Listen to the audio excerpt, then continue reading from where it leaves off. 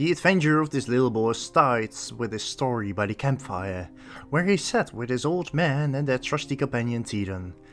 Daddy tells me a story about how the monsters are dangerous in this world, of how they pursue their own will land goals, like these lands are not the habitats of humans. But the humans did found some old scribbles, and with that ability of learning and writing, the humans made some sort of paper? A pact, it is perhaps. And with that pact the monsters can bet between here to help us, if they accept it so. But he also warns me about how dangerous it is to not pursue power. It comes with a high price, Daddy said. So I believe him.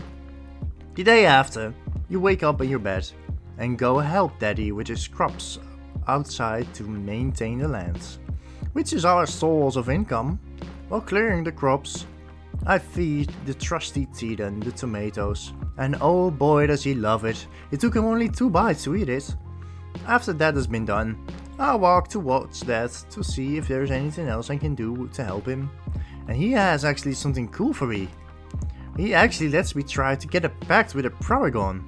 So I got Tidon with me, and we walk just a little bit outside of the farm and go search for Primigon. After a while we found one actually. Go Tidon! Attack the Primigon! Oops, that was maybe a little bit too harsh though. Tidon killed it with just 1 hit. Alright Tidon, just be more careful with the next one actually. So we found another one, and we just headbutted it, because biting was kinda too hard actually this time. After a few headbutts I offered a pact, which the Primigon gladly accepted, and Dad was glad we did the job for him. And he got me even a comic book to read, but on the back side there was a little quiz. Was it a personality quiz? If we fill this in and send it over, we can even win a monster for my own. That's pretty cool. A few days later, I got downstairs and Mom thinks I got scammed because it still hasn't arrived yet. But then Dad screams, "Come here boy! I don't think this cage is gonna last longer!" And the mailman and Dad are standing outside with a cage. Yes! Oh yes! It's my own monster! So cool! I got an ambigu! Finally, my own monster. Now what to do? To keep the relationships between the cities good, Dad got an errand for me actually. Alright, I'll bring this package for you to the next city. And so we walked over the path. While walking, we already got in a few fights and Ambigu got quite stronger actually. Must watch out that it doesn't get too strong so it won't obey me anymore. While fighting some, we also made a few deals with monsters to get me an actual team together actually. I love it. And exciting as it is, the boy walked further on. But what does it hear now? And it's eavesdropping a few gangsters. They look dangerous. They talk about the kings and they have made some sort of deal with their boss. Sounds really sketchy if you ask me. But then, one of them saw me, shit! But they went on and walked away. But they have to swim across? Because a enormous monster blocks the path? Holy moly! But one of them couldn't swim. So I went in and talked to him. And he asked me actually to defeat the monster because he cannot swim.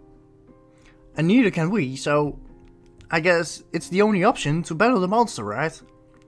And with that said, we go into a battle with Walerus.